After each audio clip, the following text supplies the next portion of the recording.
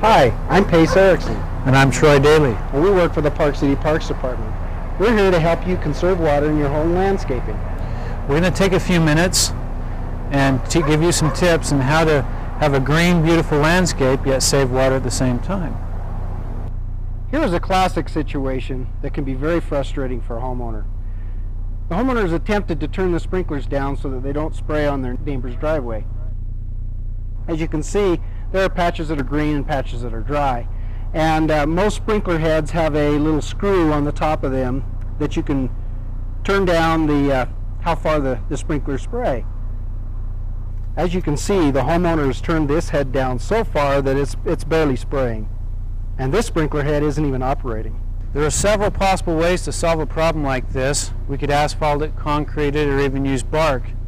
We've chosen to keep the grass here and just upgrade the system. The layout now has 4 heads on one side spraying in.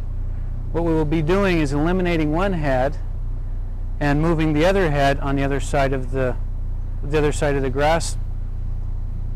Also, we will be changing the nozzles and going with a different nozzle, one that's designed for this application. It's called a strip spray.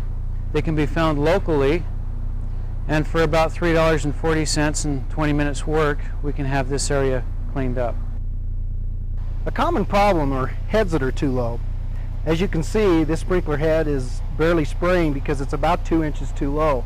What we're going to do is we're going to raise that head up so that you get a full spray coming out of the nozzle. We've got our head dug up here, and as you can see, it's about 3 inches too low. So we're going to raise that up and get that thing spraying the way it should be. We've finished our repair on that low head. Now we're going to turn it on and see how it works. Another common problem is the vegetation grows up or it's been changed since the original design of the system. As you can see here, we have a head back there that does not quite shoot up and over the vegetation. By adding a different type of head that will get up higher should solve this problem.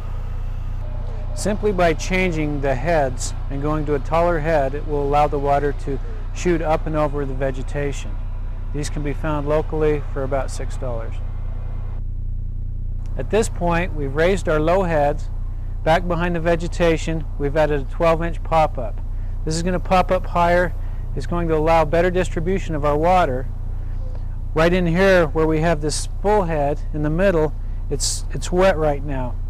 This is another problem area. The way we're going to deal with this is I think we can go ahead and cap this now because we've repaired these two and it's allowing the water to be distributed better.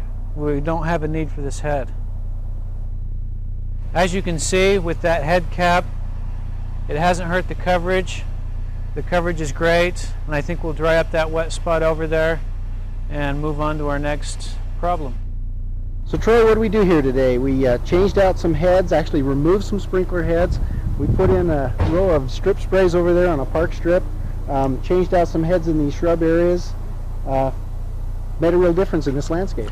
Well, just off the heads we've capped alone, through my calculations, I'm estimating we're going to save 4,500 gallons of water alone just on that. Is that a monthly total? That would be a monthly total.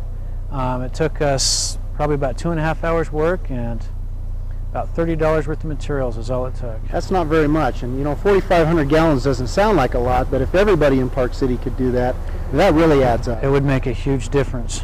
Well, good job, Troy. Appreciate you. Thank you. This public service announcement is brought to you by the Park City Parks Department. Remember, every drop of water counts.